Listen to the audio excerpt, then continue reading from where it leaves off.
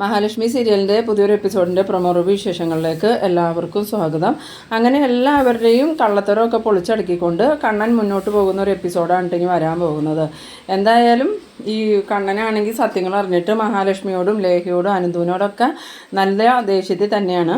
അവരെത്ര പറഞ്ഞിട്ടും ഈ കണ്ണനാണെങ്കിൽ അവരുടെ അടുത്ത് കോംപ്രമൈസ് ആവാൻ തയ്യാറാവണില്ല. പക്ഷേ സത്യങ്ങളാണെങ്കിൽ കണ്ണൻ തുറന്നു പറയണമില്ല. ഈ അച്ഛനെ കൊന്ന കേസ് അറിഞ്ഞിട്ടാണ് ദേഷ്യം എന്നുള്ളത്.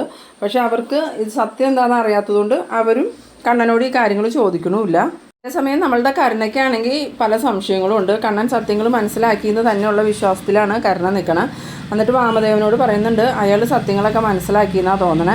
എന്തായാലും ഇനി എന്തൊക്കെയാണ് സംഭവിക്കണേന്ന് പറയാൻ പറ്റില്ല എന്ന് പറയുമ്പോൾ വാമദേവൻ പറയുന്നുണ്ട് അന്നേ ഞാൻ പറഞ്ഞതല്ലേ നിൻ്റെ അച്ഛനെ വലിയ പ്രാന്താശുപത്രിയിലും കൊണ്ടുവന്നാക്കാൻ, അന്ന് നിങ്ങൾ സമ്മതിക്കാത്തത് കൊണ്ടല്ലേ എന്ന് ചോദിക്കുമ്പോൾ ഈ അമ്മാവൻ എന്താ ഇങ്ങനെയൊക്കെ സംസാരിക്കണേ, എൻ്റെ അച്ഛൻ മാത്രമാണോ ഇതിൽ തെറ്റുകാരൻ, അമ്മാവൻ കാരണമല്ലേ ഈ പ്രശ്നങ്ങൾ മൊത്തം ഉണ്ടായെന്ന് ചോദിക്കുമ്പോൾ ഞാൻ ആ പ്രശ്നങ്ങൾ ഉണ്ടാക്കിയെങ്കിൽ എൻ്റെ കയ്യിൽ നിന്ന് പൈസ മേടിച്ചിട്ട് അവനിത് ചെയ്തത്, എന്നിട്ടിപ്പോൾ 10-20 വർഷമായി, എന്നിട്ടവൻ എല്ലാവരോടും വിളിച്ചു കൊണ്ട കാര്യമുണ്ടോ എന്ന് ചോദിക്കുമ്പം ഇനി സംഭവിച്ചു, ഇനി മുന്നോട്ട് എന്ത് സംഭവിക്കുമെന്ന് അറിയില്ല. എന്തായാലും ഞങ്ങളെക്കാളും കൂടുതലായിട്ട് അത് ബാധിക്കാൻ പോകുന്നത് അമ്മാവനെ തന്നെയായിരിക്കും. ഈ സമയത്താണ് വാമദേവൻ്റെ ഫോൺ ബെല്ലടിക്കുന്നത്. ഫോൺ എടുത്ത് നോക്കിയതും അനന്തുവാന്ന് പറയുന്നുണ്ട്. ആ സമയത്ത് കരുണ ചോദിക്കുന്നുണ്ട് അയാളിപ്പോൾ എന്തിനാ അമ്മാവനെ വിളിക്കണേന്ന് ചോദിക്കുമ്പം ഇനി ഞാനെങ്ങാനോ കൊട്ടേഷൻ കൊടുത്തതെന്ന് അവർ അറിഞ്ഞിട്ടാണോ എന്ന് അറിയില്ല. എന്തായാലും അമ്മാവൻ ഫോൺ എടുക്കുന്നു പറഞ്ഞാൽ അങ്ങനെ ഈ വാമദേവൻ ഫോൺ എടുത്തതും അനന്ത് ചോദിക്കുന്നത് അമ്മാവനിപ്പോൾ എവിടെയാണ്, അമ്മാവനെ എനിക്ക് അത്യാവശ്യമായിട്ടൊന്ന് കാണണമല്ലോ എന്നാണ് പറയണത്. അത് കേട്ടതും വാമദേവൻ എവിടെയാണെന്ന് വെച്ചാൽ വരാൻ മോനെന്നും പറഞ്ഞ് ഫോൺ വയ്ക്കുന്നുണ്ട്. എന്നിട്ട് കരുണയോട് പറയുന്നുണ്ട് ഇനിയിപ്പോൾ ആകെ പ്രശ്നമായിന്നോ തോന്നണേ, അനന്തു സത്യങ്ങൾ അറിഞ്ഞിട്ടുണ്ടെങ്കിൽ പിന്നെ ഞാൻ ജീവിച്ചിരുന്നിട്ട് ഒരു കാര്യം ഉണ്ടാവില്ല, നമ്മൾ തമ്മിൽ ഒരിക്കലും കാണൂല മോളെ എന്നൊക്കെ പറയുമ്പം ഈ കരുണ പറയുന്നുണ്ട് അനന്തുവേട്ടനും കണ്ണേട്ടനൊക്കെ വിവരങ്ങൾ അറിഞ്ഞിട്ടുണ്ടെങ്കിൽ പിന്നെ അച്ഛൻ്റെ അമ്മാവൻ്റെയൊക്കെ സ്ഥാനം ജയിലിലായിരിക്കും, ആ കാര്യത്തിൽ ഒരു സംശയമില്ലാന്ന്.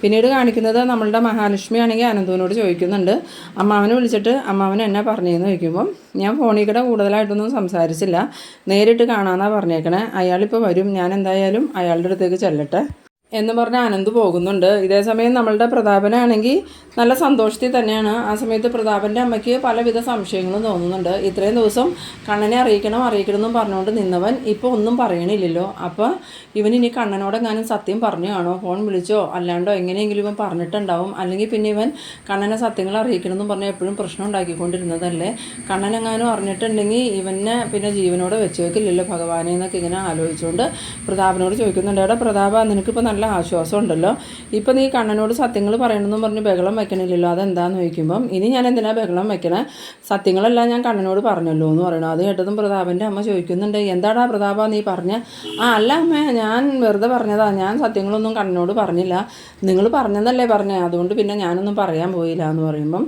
പ്രതാപൻ്റെ അമ്മയ്ക്ക് മൊത്തത്തിൽ സംശയം തോന്നുന്നുണ്ട്. പിന്നീട് പ്രതാപൻ്റെ അമ്മ മോഹിനിയുടെ അടുത്ത് വന്നിട്ട് പറയുന്നുണ്ട് എടി മോഹിനി അന്ന് കണ്ണൻ ഇവിടെ വന്നപ്പം കണ്ണൻ പ്രതാപൻ്റെ അടുത്ത് പോയിരുന്നു എന്ന് ചോദിക്കുമ്പം ഇല്ലല്ലോ അമ്മേ, പ്രതാപേട്ടൻ കിടക്കുമെന്ന് പറഞ്ഞുകൊണ്ട് കണ്ണമ്മോൻ കാണാനൊന്നും പോയില്ല, എന്നാൽ കണ്ണൻ കണ്ടു എന്നാണ് എനിക്ക് തോന്നണേ. ഇപ്പോൾ അവൻ കണ്ണനോട് സത്യങ്ങൾ പറയണമെന്നും പറഞ്ഞ് വഴക്കുണ്ടാക്കണമില്ല. അതുപോലെ തന്നെ ഇന്ന് ഞാൻ അതിനെക്കുറിച്ച് ചോദിച്ചപ്പം അവൻ എന്നോട് പറയുക കണ്ണനോട് ഞാൻ സത്യങ്ങളൊക്കെ പറഞ്ഞല്ലോ, പിന്നെ എന്തിനാ പ്രശ്നം ഉണ്ടാക്കണേന്ന്. അപ്പോൾ എനിക്ക് തോന്നുന്നത് കണ്ണൻ സത്യങ്ങളൊക്കെ അറിഞ്ഞിട്ടുണ്ടാവുന്ന. എന്തായാലും നീ ആ ലക്ഷ്മീനെ വിളിച്ചൊന്ന് കാര്യങ്ങൾ ചോദിക്കാൻ പറയുമ്പോൾ മോഹിനി പറയുന്നുണ്ട് എന്തായാലും ഞാൻ മോളെ ഒന്ന് വിളിച്ച് നോക്കട്ടെ, ഇനിയിപ്പോൾ കണ്ണൻ സത്യങ്ങൾ അറിഞ്ഞെങ്കിൽ എന്തായാലും അത് മോളോട് പറയാതിരിക്കില്ലല്ലോ എന്ന്. അങ്ങനെ മോഹിനി ഫോണെടുത്ത് മഹാലക്ഷ്മിയെ വിളിക്കുന്നുണ്ട്. ഈ സമയത്ത് മഹാലക്ഷ്മി ആണെങ്കിൽ ലേഖയോട് ഇങ്ങനെ സങ്കടം പറഞ്ഞ് കരഞ്ഞുകൊണ്ടിരിക്കുകയാണ്. അന്നേരമാണ് ഫോൺ ബെല്ലടിക്കണത്. ഫോൺ ബെല്ലടിച്ചതും ലേഖ പറയുന്നുണ്ട് മഹി നിൻ്റെ ഫോൺ ബെല്ലടിക്കുന്നുണ്ട്, അതാരാന്ന് നോക്ക് ലേഹയെന്ന് പറഞ്ഞതും ലേഖ ഫോൺ എടുത്തിട്ട് അമ്മയാന്ന് പറയണം. അങ്ങനെ മഹാലക്ഷ്മി ഫോൺ എടുത്തതും എന്താ അമ്മയെന്ന് ചോദിക്കുമ്പോൾ മോളെ അവിടെ എന്തെങ്കിലും പ്രശ്നമുണ്ടോ, കണ്ണൻ സത്യങ്ങൾ അറിഞ്ഞോ എന്ന് ഞങ്ങൾക്കൊരു സംശയം ഉണ്ടെന്ന് പറയുമ്പം മഹാലക്ഷ്മി പറയുന്നുണ്ട് ഞങ്ങൾക്കും ഉണ്ട് അമ്മേ, കണ്ണേട്ടൻ സത്യങ്ങളൊക്കെ അറിഞ്ഞു എന്നാണ് തോന്നണേ, കണ്ണേട്ടൻ അവിടെ നിന്ന് വന്നതിന് ശേഷം കണ്ണേട്ടൻ്റെ സ്വഭാവത്തിൽ ഒരുപാട് മാറ്റം ഉണ്ടെന്ന് പറയുമ്പോൾ മോഹിനി പറയുന്നുണ്ട് വെറുതെ അല്ല പ്രതാപേട്ടൻ ഇപ്പോൾ കണ്ണനോട് സത്യങ്ങൾ പറയണമെന്നും പറഞ്ഞ് വഴക്കൊന്നും ഉണ്ടാക്കണില്ല എന്ന് പറയണം. ആ സമയത്ത് മഹാലക്ഷ്മി പറയുന്നുണ്ട് അതിന് കണ്ണേട്ടനെ അച്ഛനെ എപ്പോഴാണ് അമ്മയെ കണ്ടത്, നമ്മളന്ന് കാണാൻ അനുവദിച്ചില്ലല്ലോ എന്ന് പറയുമ്പോൾ മോഹിനി പറയുന്നുണ്ട് എനിക്കൊന്നും അറിയില്ല മോളെ, എന്തായാലും ഞങ്ങളുടെ സംശയം കണ്ണൻ സത്യങ്ങൾ അറിഞ്ഞു എന്ന് തന്നെയാണെന്ന് പറയുമ്പോൾ മഹാലക്ഷ്മി പറയുന്നുണ്ട് ഞങ്ങൾക്കും അങ്ങനെ തോന്നുന്നുണ്ട്, കണ്ണേട്ടൻ എന്നോടൊക്കെ ഇപ്പോൾ ഭയങ്കര ദേഷ്യത്തിലാണ്, എന്നോട് മാത്രമല്ല അനന്തുവേട്ടനോടും ലേഖനോടൊക്കെ ഭയങ്കര ദേഷ്യത്തിലാണ്. അത് കേട്ടതും മോഹിനി ഇനി നമ്മൾ എന്ത് ചെയ്യും മോളെ എന്നും പറഞ്ഞ് നെഞ്ചത്ത് കൈയും വെച്ചിങ്ങനെ നിൽക്കുന്നുണ്ട്.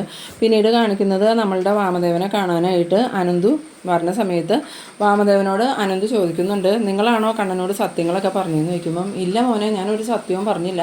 അതെങ്ങനെയാണ് പറയണേ? ഞാനങ്ങനെ പറഞ്ഞിട്ടുണ്ടെങ്കിൽ ഏറ്റവും കൂടുതൽ ദോഷം ചെയ്യുന്നത് എനിക്കല്ലേ എന്ന് അറിയാണ്ട് ഇയാൾ പറയുന്നുണ്ട്. ആ സമയത്ത് അനന്തു ഇങ്ങനെ സംശയിക്കുന്നുണ്ട്, ഈ പ്രതാപൻ കണ്ണൻ്റെ അച്ഛനെ കൊന്നതിന് ഇയാൾ ദോഷം ചെയ്യണത് എങ്ങനെയാണ്? ഇനിയിപ്പോൾ ഇയാളും കൂടി അറിഞ്ഞുകൊണ്ടായിരിക്കും ആ ഒരു കൊലപാതകം നടന്നത്. അനന്തു ഇങ്ങനെ ആലോചിച്ച് നിൽക്കുന്ന സമയത്ത് പെട്ടെന്ന് തന്നെ വാമദേവനക്ക് പറഞ്ഞത് മണ്ടത്തരായാലോ എന്ന് തോന്നിയിട്ട് വാമദേവൻ പറയുന്നുണ്ട്, അതല്ല മോനെ, അവിടെ എന്തെങ്കിലും പ്രശ്നം ഉണ്ടായാൽ അത് എന്നെയും ബാധിക്കുമല്ലോ എന്ന് കരുതി ഞാൻ പറഞ്ഞതാ.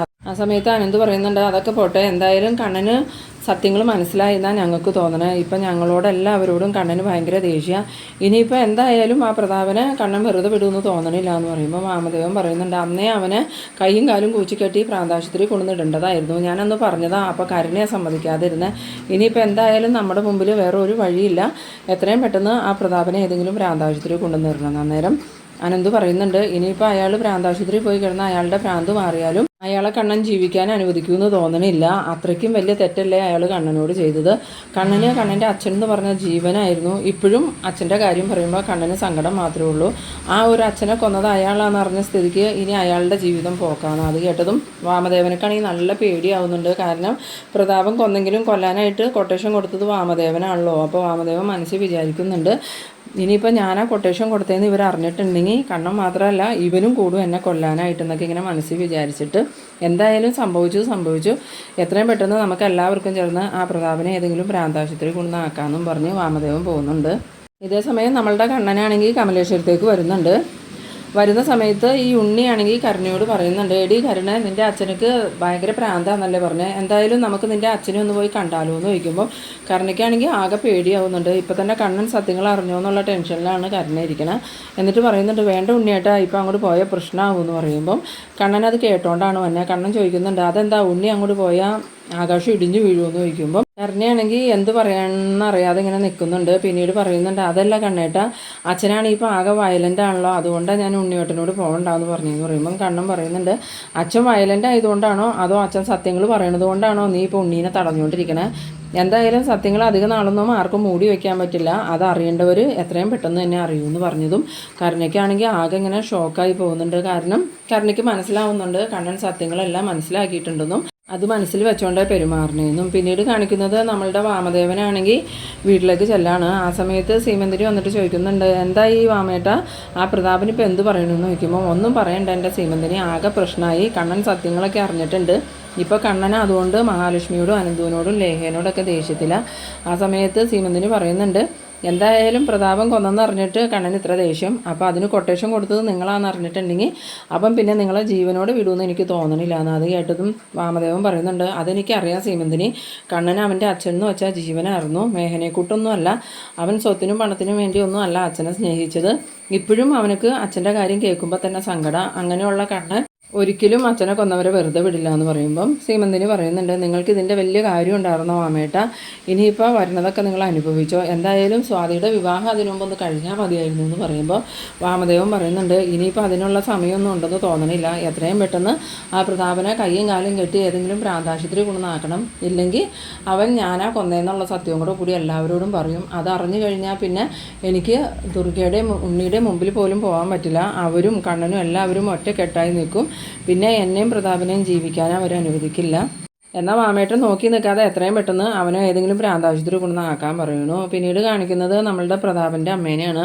പ്രതാപൻ്റെ അമ്മ ഇങ്ങനെ ഇരിക്കുന്ന സമയത്ത് വാമദേവൻ്റെ കോൾ വരുന്നുണ്ട്. ഇവൻ എന്തിനായിരിക്കും എന്നെ ഇപ്പോൾ വിളിക്കണേ, ഉള്ള കെണിയൊക്കെ ഉണ്ടാക്കി വെച്ചിട്ട് ഇപ്പോൾ ഇവനക്ക് സുഖമല്ലോ, ഞാനല്ലേ ദിവസങ്ങളായിട്ട് ഉറക്കൊഴിയണേന്നും പറഞ്ഞുകൊണ്ട് പ്രതാപൻ്റെ അമ്മ ഫോൺ എടുത്തിട്ട്, എന്നാടാ വാമ നീ എന്തിനാ ഇപ്പോൾ വിളിച്ചുകൊണ്ടിരിക്കണേന്ന് ചോദിക്കുമ്പോൾ അതമ്മേ, പ്രതാപനെ എത്രയും പെട്ടെന്ന് ഏതെങ്കിലും പ്രാന്താശുപത്രി കൊണ്ടുവന്നിടണം, ഇല്ലെങ്കിൽ കാര്യങ്ങളൊക്കെ കൈവിട്ടു പോകുമെന്ന് പറയുമ്പം ഇപ്പോൾ എന്നാ പ്രത്യേകിച്ച് പ്രശ്നം ഉണ്ടായിയെന്ന് ചോദിക്കുമ്പം കണ്ണൻ സത്യങ്ങളൊക്കെ അറിഞ്ഞിട്ടുണ്ട്, അതെങ്ങനെ അറിഞ്ഞതെന്നൊന്നും അറിയില്ല എന്ന് പറയുമ്പം പ്രതാപൻ്റെ അമ്മ പറയുന്നുണ്ട്, എനിക്കും അത് തോന്നിയായിരുന്നടാ, കുറേ ദിവസമായിട്ട് എപ്പോഴും കണ്ണനോട് സത്യങ്ങൾ പറയണമെന്നും പറഞ്ഞ് വഴക്കുണ്ടാക്കിക്കൊണ്ടിരുന്നവൻ ഇപ്പോൾ 2 ദിവസമായിട്ട് അതിനെക്കുറിച്ച് ഒന്നും പറയണില്ല. ഞാനപ്പോൾ കണ്ണനോട് നീ സത്യങ്ങൾ പറയണമെന്ന് പറഞ്ഞിട്ട് എന്തെന്ന് ചോദിക്കുമ്പോൾ അവൻ പറഞ്ഞത് കണ്ണൻ അതിന് സത്യങ്ങളൊക്കെ അറിഞ്ഞു എന്ന് തന്നെയാണ്. അപ്പോൾ എനിക്ക് സംശയം തോന്നിയതാണ്. പിന്നീട് അവനത് മാറ്റി പറയുകയും ചെയ്തു.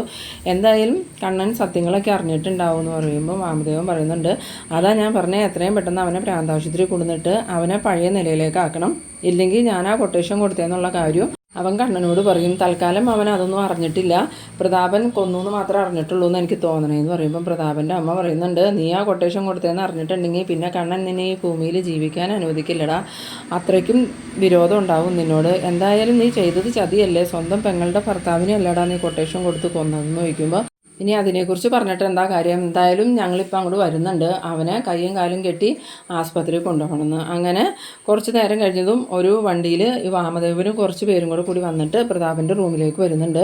റൂമിൽ വന്നതും പ്രതാപൻ്റെ കയ്യും കാലും കെട്ടാൻ തുടങ്ങുന്ന സമയത്ത് പ്രതാപനാണെങ്കിൽ കിടന്ന് ബഹളം വയ്ക്കുന്നുണ്ട്. എടാ വാമ, നീ എന്നെ കൊല്ലാൻ കൊണ്ടുപോവാണോടാ, അല്ലെങ്കിൽ തന്നെ വിശ്വനാഥന് കൊട്ടേഷൻ തന്നത് നീ അല്ലേടാ എന്നൊക്കെ ചോദിക്കുമ്പോൾ പെട്ടെന്ന് തന്നെ വാമദേവൻ ആദ്യം തന്നെ ഇവൻ്റെ വാ മൂട്ടിക്കെട്ടാം, ഇല്ലെങ്കിൽ ഇവനെ കൊണ്ടുപോകൽ ബുദ്ധിമുട്ടാവുമെന്നും പറഞ്ഞ് വാ മൂട്ടിക്കെട്ടുന്നുണ്ട്. ആ സമയത്ത് പ്രതാപനാണെങ്കിൽ വാ കെട്ടാൻ പോകുമ്പം നല്ലോണം തടയുന്നുണ്ടെങ്കിലും ഈ വാമദേവൻ്റെ കൂടെയുള്ളവരെല്ലാവരും ചേർന്ന് പ്രതാപൻ്റെ കൈയും കാലും കൂച്ചി കെട്ടിയിടുന്നുണ്ട്. എന്നിട്ട് എല്ലാവരും ചേർന്ന് പ്രതാപനെ പൊക്കിയെടുത്ത് കാറിലോട്ട് കയറ്റിക്കൊണ്ട് പോകുമ്പോൾ പ്രതാപൻ്റെ അമ്മ പറയുന്നുണ്ട്, എടാ നീ അവനെ കൊല്ലാൻ കൊണ്ടുപോകണതൊന്നും അല്ലല്ലോ എന്ന് ചോദിക്കുമ്പം, ഇല്ലമ്മേ ഞാനിവനെ കൊല്ലുമൊന്നുമില്ല, ഏതെങ്കിലും ഭ്രാന്താശുപത്രി കൊണ്ടുപോയിട്ട് ഇവൻ്റെ ഭ്രാന്ത് മാറിക്കഴിയുമ്പോൾ ഇങ്ങോട്ട് തിരിച്ചു കൊണ്ടുവരാമെന്നും പറഞ്ഞ് ഈ പ്രതാപനെയും കാറി കയറ്റിക്കൊണ്ട് പോകുന്നുണ്ട്.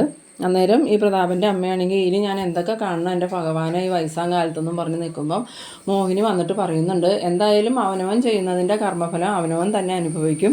ഇപ്പം അമ്മയ്ക്കത് മനസ്സിലായില്ലേ, മറ്റുള്ളവരുടെ ജീവൻ എടുക്കാൻ നടന്നിട്ടുണ്ടെങ്കിൽ ഇതുപോലെ ആദ്യ കയറി നടക്കേണ്ടി വരുമെന്ന്. അത് കേട്ടതും പ്രതാപൻ്റെ അമ്മയാണെങ്കിൽ സങ്കടത്തോടുകൂടി ഇങ്ങനെ ഇരിക്കുന്ന ആ ഒരു സീനിലാണ് ഈ എപ്പിസോഡ് അവസാനിക്കുന്നത്. അപ്പോൾ നിങ്ങളെൻ്റെ വീഡിയോ ആദ്യമായി കാണുന്നവരാണെങ്കിൽ ചാനലൊന്ന് സബ്സ്ക്രൈബ് ചെയ്യാനും ഇഷ്ടമായാൽ ലൈക്ക് ചെയ്യാനും ഷെയർ ചെയ്യാനും മറക്കരുത്. അപ്പോൾ ഇതുപോലെ ഇൻട്രസ്റ്റിംഗ് ആയിട്ടുള്ള അടുത്തൊരു എപ്പിസോഡുമായി വീണ്ടും കാണാം. അതുവരേക്കും ബൈ ബൈ.